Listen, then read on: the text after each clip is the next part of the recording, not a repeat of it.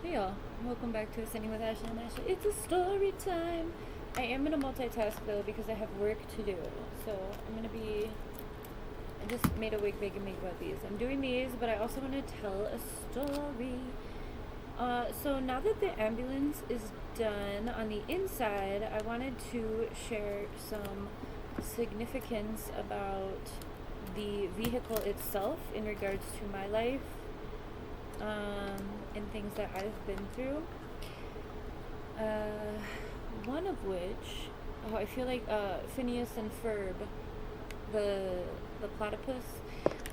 Anyway, one of the things that happened in my life in 2017 while I was married was I was trafficked in and out of mental health institutions all over Los Angeles County.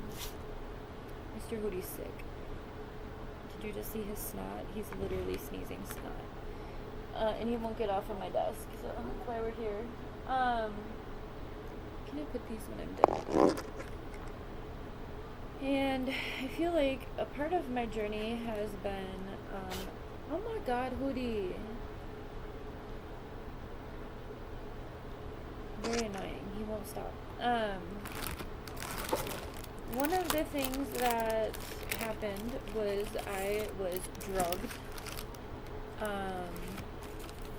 taken, my agency taken, and I was moved via ambulances.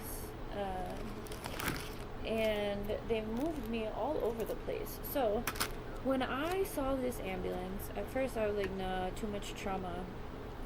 And then I was like, whoa, wait. And I thought about that scene from the end of the Batman with Heath Ledger when he blows up the hospital when he's in the ambulance. Not that I'm calling for that by any means, but I'm just talking about the movie. Call me fixed, everybody. But anyway, I was like, oh, this could be fun. And then I was like, oh my god. Because I'm like super obsessed with that, that song, You Don't Own Me, the remake with Grace. I don't know. It's in the Suicide Squad soundtrack. And I've been kind of jamming to that all fall and winter. These are for the photo booth. Anyway, so I started laughing really hard because I was like, oh my god, an ambulance would be such a good vengeance vehicle for my personal reclamation of everything that everyone, kept putting me through, right? It was against my will. They 5150'd me, which is technically a threat to yourself or others, which I probably was at the time because I get so triggered and pissed off when people don't listen to me, because I know I'm making sense. There's no reason for people to continue gaslighting me into my own oppression, and I don't stand for that, and I don't allow it at this point in my life. But there were a lot of people against me in this time, and a lot of people, my family, my husband, baby daddy, as we refer to him nowadays, his friends, his comrades, his coworkers, a lot of people were in on what happened to me. They said I was a liability, and then they locked me up. I had been off of my medication. I have psychic abilities, and I've mentioned this before, that my psychic abilities were dubbed psychosis, right? Which is why I did the work I did for my master's degree, talking about how, I gotta put some sticks on the other side. Mental health or mental illness is a form of social control, and like this society breeds unwellness, right? So I just wanted to get on it and share because it's way more than just an ambulance turned into an art studio. For me, it's this reimagination of systems of oppression, right? Things that are in place that are meant to oppress. I know that ambulances aren't always seen as that because they are indeed also, the means of transportation when someone is hurt, which is their primary use. But in some cases, they are also used to transport people against their will, a lot of times.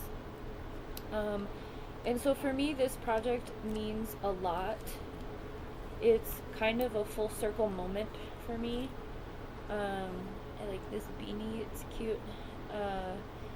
It's kind of this just moment of like, wow, I've gotten this far. And like I said, when I was first seeing the ad and figuring out if I could make this work or not, like if I could find a ride over there to get it, which was a shit show. And then I don't talk to that kid anymore. He's a fucking idiot. But anyway, when I was trying to figure out if I could make it happen, those are all the things I was thinking about, and got confirmation from my, spirit guides who I work with about what this meant, what it wasn't just this project, it wasn't just, one man's trash is another man's treasure. It was this reimagination of my own experiences. It was a reclamation of some of the darkest days I've ever experienced were in 2017. For like that 6 months. I mean, I was just drugged and moved constantly for 6 months. I was all over the place, shackled to beds inside of ambulances, So for me to turn this ambulance into what it is and what it's going to be, not just for my kid, because he loves it too, but for all of these kids, I think it's just such a powerful presence of reimagining state-sanctioned harm into community care and support. So as an anarchist, I've been thinking about sharing this part of why I'm so passionate about this, why I was able to carry it out so quickly too. I've been sitting with this project for years. I've been wanting to do this for years. So I've been brainstorming and thinking about what it would look like, what I would want, and everything for years. And I've been doing the work without it for years as well, creating spaces to encourage people to reclaim their agency in their life and have fun and heal that inner child. I'm very proud. And I know there's a lot of people that are going to be like, you're so arrogant, and I'm not. I'm not an arrogant person. I'm not a boastful person. It's very hard for me to get on here and even share this. This one's cute. But I think it's an important thing because I think so often in our society we're encouraged to either, think badly about ourselves because of things that have happened or things that we've done in, our less than perfect times. And I just want to remind you that life is about growth. We're constantly growing, we're constantly evolving if we allow ourselves to. We're constantly, becoming aware of new things. And it's okay to grow from stuff. Don't let anyone make you feel bad about stuff, especially if you, are aware of what you've done. That integration of shadow aspect, right? If you're aware of the harm and pain you've caused, and you don't... You guys know who I am? These are so fun. I'm so glad I found them. Ooh, these are cute. They go over mine perfectly. Anyway, I just wanted to share and thank you for holding the space and being here. I'm very excited. I'm so fucking excited. And it's just a full circle moment for me in a lot of ways. And I'm very excited. I mean, this is just the beginning, right? So that's all. I just keep saying the same thing. But those are the things that I thought about and went through when I first saw the ambulance. Definitely rest in peace to Heath Ledger, because I was laughing so hard because I really wanted, you know how I like prep and I end up in survival mode, you know. So I've been wanting a vehicle. I'm very nomadic. I wanted a vehicle, either a bus or something. But even just moving my supplies in on Wednesday, it was like everything fits perfect in these cupboards. You know, after I moved in, I got rid of the boxes that I initially started with, and you know, I had covered old diapers and wipes boxes with like wallpaper, you know, and so stick to what you want. Don't let anyone take you off of your path. If you are in a season of hardship or of others trying to control you, a season doesn't last too long. And think of it that way. Life is full of seasons, right? Every year we get 4. But within ourselves, you know, if we work with nature, if we work in this cyclical energy, we can allow ourselves to die and rebirth consistently, always. And that's kind of what I wanted to get at. If you would have told me in 2017 that I would one day own an ambulance, I would probably lose my shit. I would have been like, abso-fucking-lutely not, never. But you know, the ambulances weren't that bad, but it was the means for my trafficking for the most part. What was the bad part was being in the facilities. And I don't need to talk about that because that was a long time ago. But allow yourself to, you know, as we reclaim ourselves, I don't want to speak to you, I want to speak with you. As we reclaim our situations and our experiences, don't let anyone make you feel bad. You know, you're given the things that the universe knows that you can handle, and there's a reason for it. There's a reason that you're going to persevere through it. There's a reason that warrior-esque is going to be a part of your tool belt.